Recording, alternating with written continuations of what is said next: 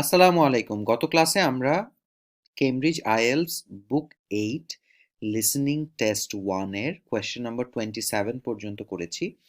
আজকে আমরা 28 থেকে বাকিগুলি দেখব। সো 28, 29, 30 এই কোয়েশ্চেনগুলো প্রথমে দেখে নিই। এখানে write one word and or a number, এটা তো আগেই আপনাদের জানা আছে। একটা ওয়ার্ড লিখতে হবে এবং তার সাথে একটা নাম্বার, অথবা একটা ওয়ার্ড শুধু একটা নাম্বার লিখতে পারবেন। ওকে, সো আমরা একটু দেখে নেই কোয়েশ্চেনগুলো কি। নাম্বার 28-এ the tribal park covers dash hectares. So দেখি এইটার আনসারটা কি হয়। Fine.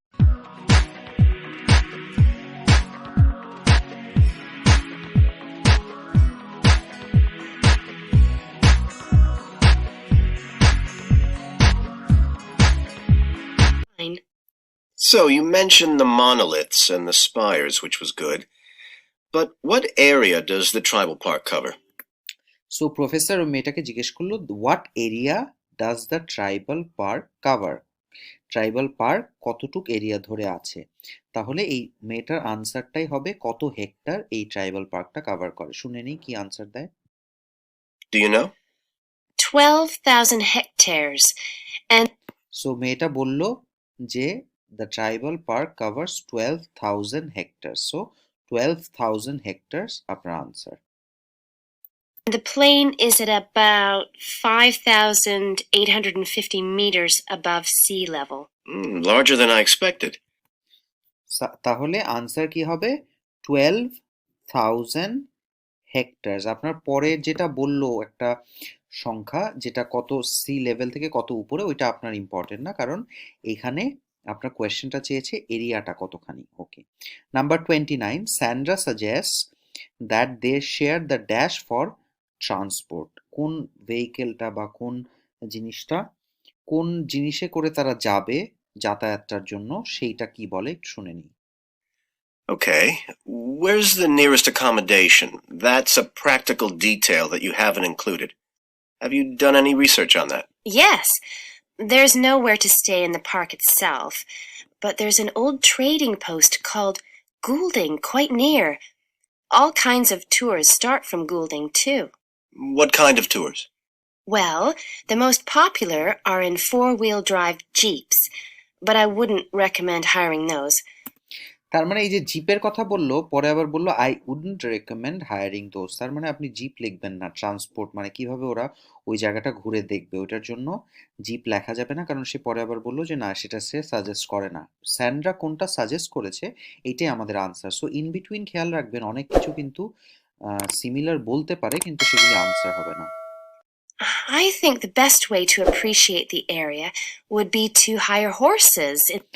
বললো যে the best way to explore the area would be to hire horses, মানে ঘোড়ায় চড়ে পুরাটা প্রদক্ষিণ করাটা সবচেয়ে ভালো ডিসিশন হবে। বেস্ট ওয়ে বললো, তার মানে সে এটা সাজেস্ট করেছে। সো আনসার হবে Sandra suggest that they share the horses. Number 29-এর আনসার হবে হর্সেস। ঠিক আছে, Instead and trek around on those. But তারপরে নাম্বার 30-তে যেটা চাচ্ছে, she says they could also explore the local dash. Local কোনো একটা অন্য কিছু তারা ঘুরে দেখতে পারে, এটা সে সাজেস্ট করছে। সো কি বলে শুনে নেই। biking is not allowed, and it's impossible to drive around the area in private vehicles. The tracks are too rough. Okay. Lastly, what else is worth visiting there? Professor তাকে জিজ্ঞেস করলো যে আর কিসে যাওয়া যায় ওখানে। There are several caves. There are several caves, মানে গুহা আছে কিছু যেখানে আপনি যেতে পারেন। সো এখানে আনসার 30 হচ্ছে caves. She says they could also explore the local caves, CAVES, caves মানে গুহা। ওকে, সো এই আনসারটা এখানেই শেষ, সেকশন 3। তারপরে আমরা সেকশন 4-এ চলে যাব। Okay. সো সেকশন 4টা লাস্টের যে অংশটা, এটা সবচেয়ে ডিফিকাল্ট পার্ট। 31 থেকে 40 যে কোয়েশ্চেনগুলি থাকে, এই ডিফিকাল্ট পার্টটা আপনাদেরকে খুব কেয়ারফুলি আনসার করতে হবে। যারা 6.5 পেতে চাচ্ছেন তাদের অ্যাটলিস্ট এইখান থেকে 5 থেকে 6টা প্রশ্ন কারেক্ট করতে হবে, কারণ আগেরগুলিতে আপনি অনেক পারবেন, লাস্টের 10টাতে বেশিরভাগকেই দেখা যায় 10টার মধ্যে 5-6টার বেশি তাদের পারাটা পসিবল হয় না। টাইম লাস্টের দিকে এমন হয় কনভারসেশনটা যে অনেক দ্রুত বলে যায় এবং খুব একদম সরাসরি মিল থাকে না কোনো কিছুর সাথে। সো লাস্টের পার্টটা খুব কেয়ারফুলি আমাদেরকে শুনতে হবে। সো এই জন্য খুব ইম্পর্টেন্ট যে টাইমটা দিবে ইন বিটুইন এই অংশটা দেখার জন্য 30 to 40 সেকেন্ডস, এই টাইমটা খুব কাজে লাগাতে হবে। সো এখানে বলেছে geography, studying geography helps us to understand, যে জিওগ্রাফি পড়লে আমরা কি সম্পর্কে বুঝতে পারি বা কি আমাদের শিখতে সাহায্য করে। The effects of different processes on the dash of the earth, মানে আমাদের পৃথিবীর বিভিন্ন কার্যাবলী বা বিভিন্ন যে প্রসেস আছে সেই প্রসেসগুলি আমাদেরকে কিভাবে প্রভাবিত করে কোন জিনিসটার উপরে, পৃথিবীর কোন জিনিসটার উপরে বিভিন্ন যে প্রসেস আছে পৃথিবীর, যেমন ধরেন পানিচক্র একটা প্রসেস বা চন্দ্রগ্রহণ সূর্যগ্রহণ, এগুলি কিভাবে পৃথিবীর কোন জিনিসটা এফেক্ট করে। সো দেখে নেই কি বলে। That is the end. Well, here, let them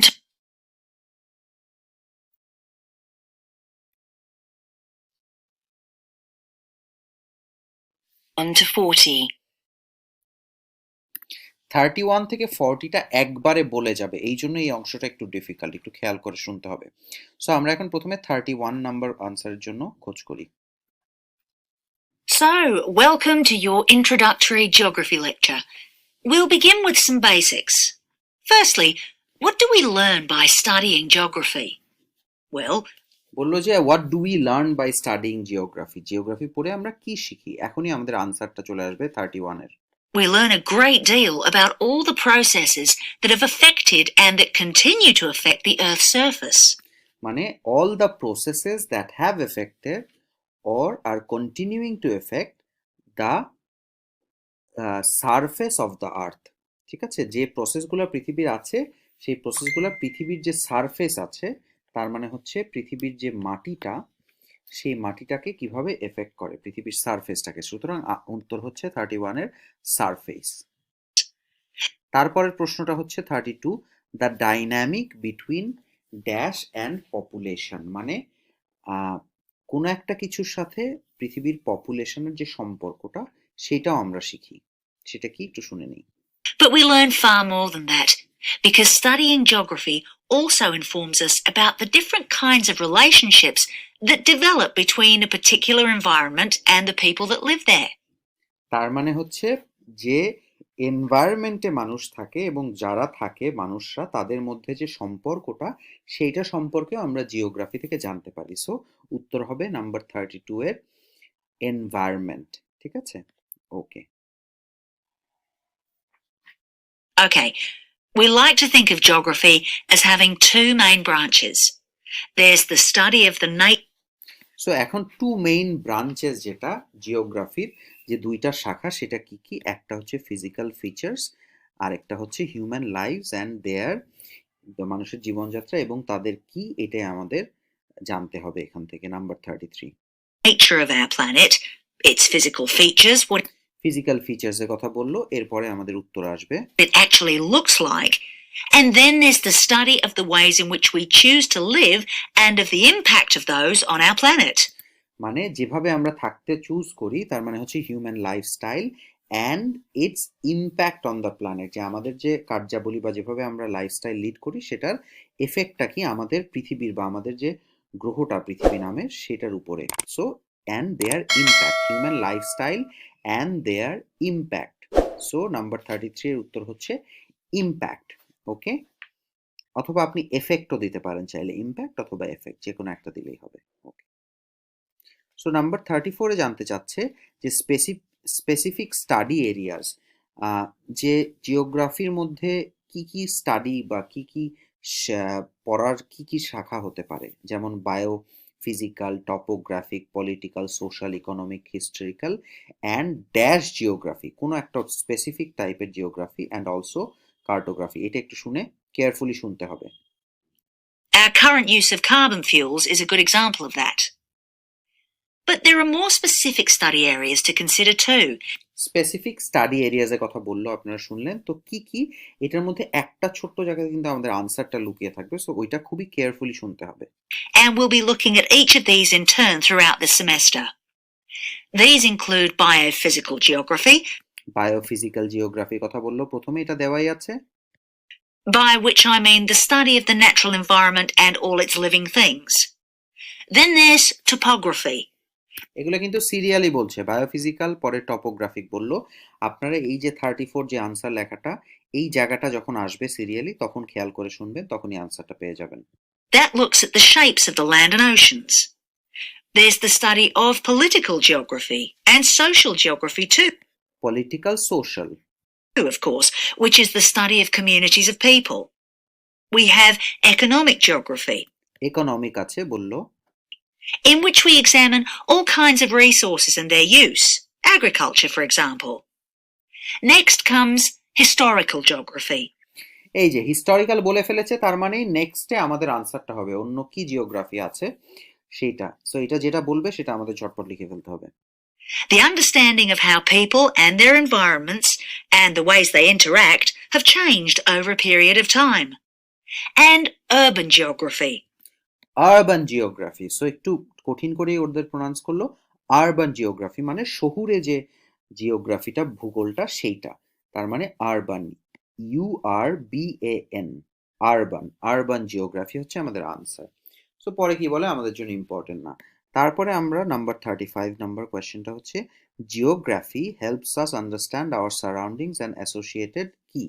আমাদের জিওগ্রাফি কি হেল্প করে, কি পয়েন্ট হিসেবে এটা বলবে। An aspect I'm particularly interested in is that those cities provide, and migration of people to and from such cities. And lastly, we now have our key answer. কি answer মানে কি point. Studying this subject is important because without geographical knowledge, we would know very little about our surroundings and we wouldn't be able to identify all the problems that relate to them. মানে যদি না জানি geography, তাহলে আমাদের surrounding বা আশেপাশ সম্পর্কে জানতে পারবো না, এবং আমাদের আশেপাশের যত প্রবলেম আছে and the associated problems, number 35 এর আনসার হচ্ছে প্রবলেমস। So, জিওগ্রাফাররা কি করে, এইটা হচ্ছে এরপরে আসবে, হোয়াট ডু জিওগ্রাফার্স ডু। ঠিক আছে, সো আমি যেটা করতে চাই সেটা হচ্ছে যে আপনাদের এই যে 36 to 40 এই জিনিসটা আপনারা নিজেরা বাসাতে স্টাডি করেন, কারণ প্রত্যেকটা জিনিসই আমি এক্সপ্লেন করে দিয়েছি। নিজেরা বাসাতে স্টাডি করেন এবং এর পরের দিনে আমাদের যে ক্লাসটা হবে, নেক্সট যে ক্লাসটা, সেই ক্লাসে আমরা রিডিংটা স্টার্ট করব। সো আমি প্রথম থেকে প্রত্যেকটা সেকশন ধরে ধরে আপনাদেরকে দেখিয়ে দিয়েছি যে রিডিং লিসেনিংয়ে আমাদের কিভাবে আনসার কিভাবে আমি বুঝবো। সো আপনারা 36 থেকে 40 পর্যন্ত নিজেরা আনসার করার চেষ্টা করেন।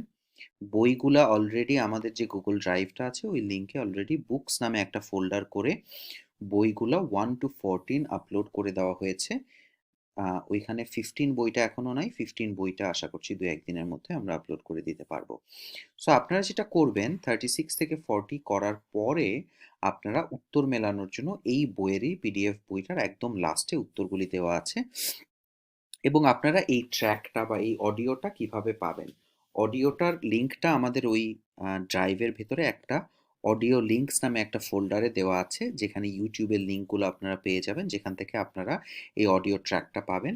সো কেউ যদি ওই ড্রাইভের লিঙ্ক থেকে যেতে না চান, সরাসরি যদি ইউটিউবে আপনারা সার্চ করেন যে IELTS বুক 8 লিসেনিং টেস্ট 1, তাহলে আপনি অডিও ট্র্যাকটা পেয়ে যাবেন। যদি কেউ সরাসরি না পান তাহলে আমাদের ওই লিঙ্কে দেওয়া আছে।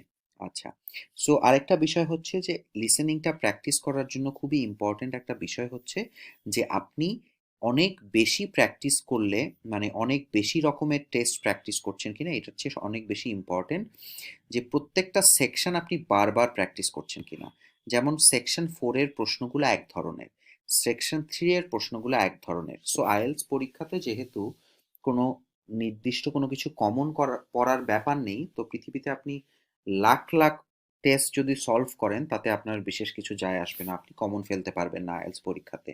সো আপনার জন্য ইম্পর্টেন্ট একই টেস্ট বারবার বারবার করা, যাতে কোয়েশ্চেন প্যাটার্নগুলির সাথে আপনি সম্পূর্ণরূপে একদম মুখস্থ হয়ে যায় আপনার কোয়েশ্চেন প্যাটার্নটা।